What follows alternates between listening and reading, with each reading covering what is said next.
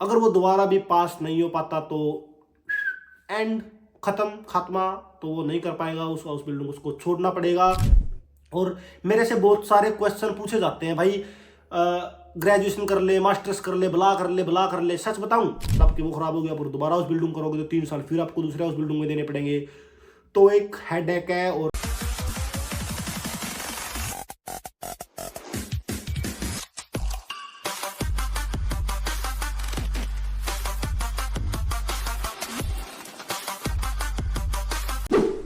तो मैं स्वागत करता हूँ आप लोगों का फिर से एक नई वीडियो में। तो मेरे पास बहुत से कमेंट आ रहे थे कि भाई जो एग्ज़ाम होता है, जो हाउस बिल्डिंग का जो फाइनल एग्ज़ाम है, या फिर बीच में एग्ज़ाम का पैटर्न क्या रहता है और एग्ज़ाम्स में क्या आता है, और प्रॉपर एक मतलब एक ओवरव्यू दे दीजिए, एक प्रॉपर एक्सप्लेनेशन दे दीजिए। ओवरव्यू शायद मैंने मेरी पहली वीडियोज़ में थोड़ा बहुत दिया होगा, नहीं दिया होगा तो आज मैं प्रॉपर एक एक्सप्लेनेशन दे देता हूँ आप लोगों को कि जो एग्ज़ाम है हाउस बिल्डिंग का, तो उसमें क्या रहता है और प्रॉपर क्या नहीं। तो मैं बेसिकली करता हूँ नर्सिंग, आप लोगों को पता है, तो मैं नर्सिंग का थोड़ा बता दूंगा। पैटर्न सबका सेम ही रहता है, तरीका है जो एग्जाम का वो सबका सेम ही रहता है, तो मैं आप लोगों को थोड़ा सा बता देता हूँ।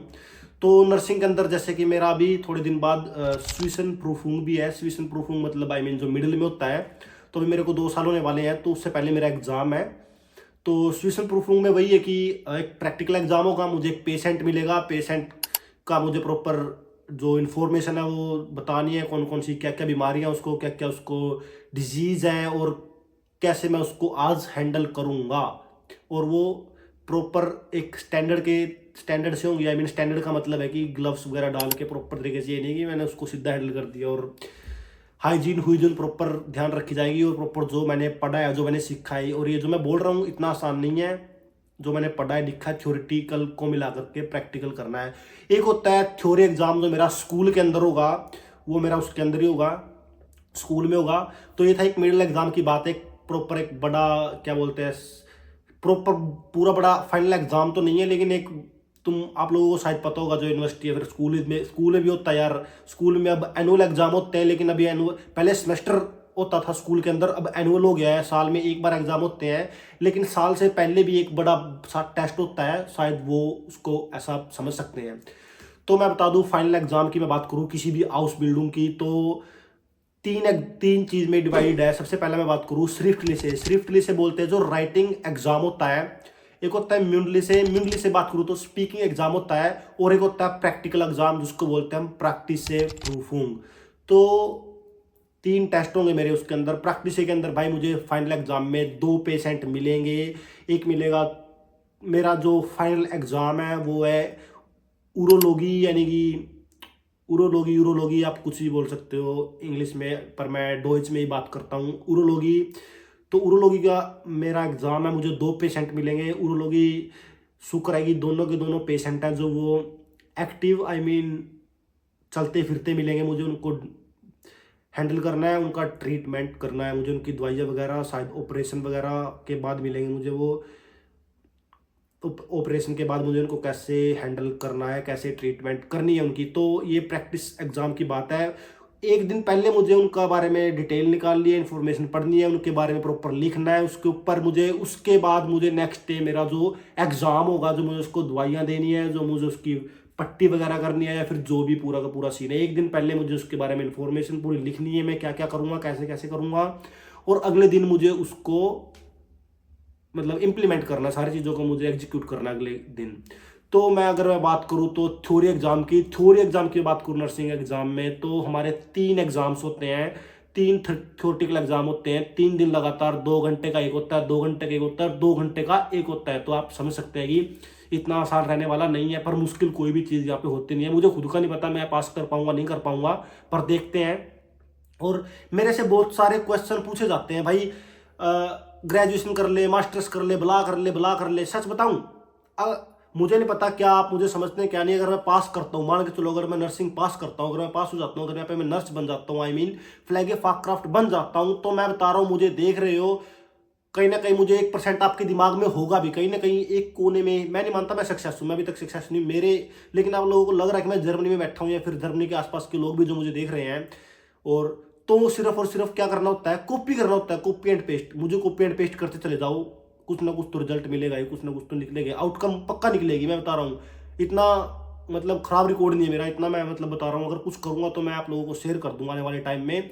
और ग्रेजुएशन और ये इन मास्टर्स के चक्कर में मत पड़ो, सैलरी अच्छी है। हाउस बिल्डिंग के बाद 2500 तक सैलरी है भाई, मैं बता रहा हूँ। कोई डरने वाली, इतनी घबराने वाली बात है नहीं। अच्छा फ्यूचर स्कोप है, और 2-3 साल के बाद वही है 2700 2800, 2.5-3 लाख रुपये आप कमा लोगे। डोंट वरी, चिंता करने की कोई बात नहीं है। सिर्फ और सिर्फ आप घर से निकलो, आप यहाँ पे आओ, इंजॉय करो, सीखो। मेन बात है सीखना। वो कहते हैं कि मैं यहाँ पे पैसे कमाने आ रहा हूँ, मैं यहाँ पे पैसे कमाने नहीं आया हूँ, मैंने पीआर नहीं लेनी है, मैं यहाँ पे कुछ बनने आया हूँ। जीवन में कुछ बनूंगा, कुछ सीखूंगा तो मैं कुछ कर सकता हूँ। अदरवाइज पैसा और पीआर मुझे नहीं चाहिए। पैसा मुझे नहीं चाहिए कि मैं इतना पैसा, या तो हो अंधा पैसा।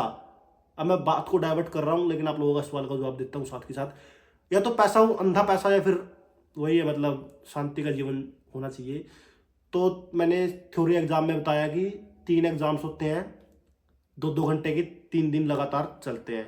एक होता है आपका म्यूनलिसी एग्जाम, जो होता है स्पीकिंग एग्जाम। स्पीकिंग एग्जाम के अंदर क्या होता है कि जो आपने 3 साल में सीखा है, जो बीमारियां आपने सीखी हैं, जो कम्युनिकेशन आपने सीखा है, जो सारी की सारी, उनका जो आपको एक एग्जाम्पल मिलता है, फॉल बाय स्पिल बोलते हैं उसको। फॉल बाय स्पिल एक पेशेंट की सिचुएशन बताई जाएगी, ऐसे ऐसे पेशेंट है, इतने में एक्सीडेंट हो गया, इतने में उसकी वाइफ मर गई, इतने में उसका हो गया, इतने।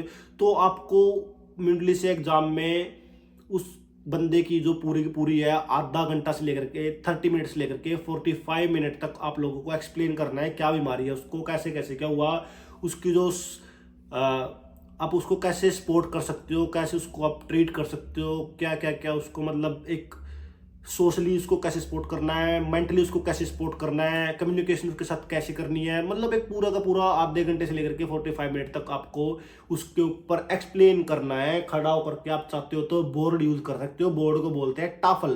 टाफल आप यूज कर सकते हो, उसके ऊपर लिख सकते हो, एक्सप्लेन कर सकते हो। तो आधे घंटे तक आपको वो एक्सप्लेन करना है।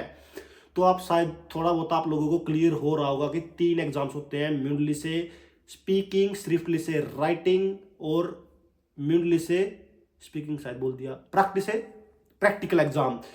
तो वही है मेरा 2026 फरवरी के अंदर मेरा जो शुरुआत में शायद आई थिंक प्रैक्टिकल है, बाद में मेरे जो स्विफ्टली से और म्यूनली से है। तो मैं आप लोगों को अपडेट कर दूंगा जब मेरे एग्जाम होंगे और उनका क्या रिजल्ट रहेगा। आई होप कि थोड़ा मैं अच्छा कर पाऊँ, और थोड़ा सा जो उम्मीद है मुझे खुद से भी कि मैं कर लूँगा। मैं हमेशा पॉजिटिव रहता हूँ। पॉजिटिव जो सकारात्मक विचार है, वो सकारात्मकता ही आपको इस जहाँ पे आप जाल में फंसे हुए यहाँ से निकाल लेगी। अगर आप सकारात्मक नहीं हो, अगर कहीं पे भी संशय है, कहीं पे भी डाउट है, तो आपको वो रख देगा। मैं बता रहा हूँ, मेरे अंदर डाउट कभी नहीं आता। जो चीज़ करनी है करनी है, गलत हो सही हो, सीखूंगा, हारूंगा। हार का मतलब क्या है, जब मैं पहले दिन चला था और आज मैं जहाँ पे हूँ, हार हार के मैं अब जीतना स्टार्ट कर दिया हूँ।